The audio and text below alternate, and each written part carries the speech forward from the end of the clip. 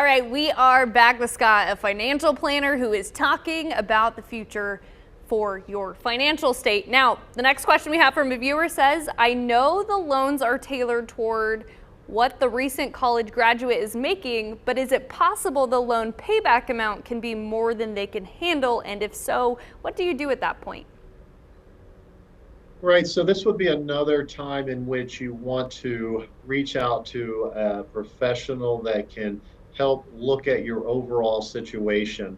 Oftentimes, there's opportunities to consolidate those loans. Historically, these types of loans are known to have low accruing rates. There is times, though, through financial hardship in which there's ways to defer payments. They really tend to work with folks that are struggling. Again, I would encourage that you not borrow more than what you need.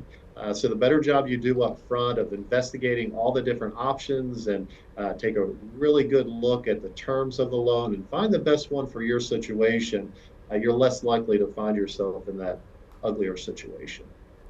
Perfect. Okay, so the next question, how does, I just lost it. There we go, we're bringing it back. What is the difference between a prepaid plan and a savings plan?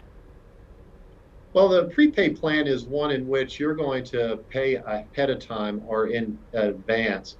Sometimes there can be some tax benefits to this versus a strict savings plan.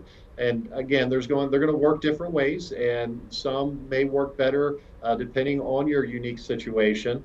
But ideally, it's the difference between paying in advance for the tuition versus having money set aside that could potentially continue to grow.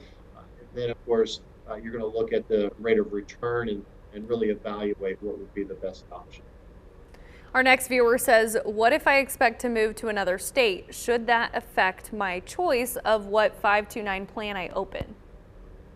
Well, yes, it most likely will. The 529 plans are really state specific. So you really want to do a deep dive into the type of 529 plan that you're getting and how it works on the back end as far as which state you're going to attend school.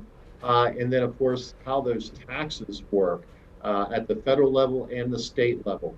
So, yes, it does matter, and I certainly encourage folks to take a close look at that. The next question we have, my parents want to help contribute to a 529. Is it better for them to open their own account or contribute to our 529 account? Well, so usually when you set up a 529 plan, you set it up in the student's name. So when that happens, the owner is oftentimes a parent or a grandparent, and they make contributions to that 529 plan. It's a tax savings to them, and then, of course, it'll be a tax savings to that future student. Perfect. Okay, so then the next question we have, how does earnings from lottery winnings affect your Social Security?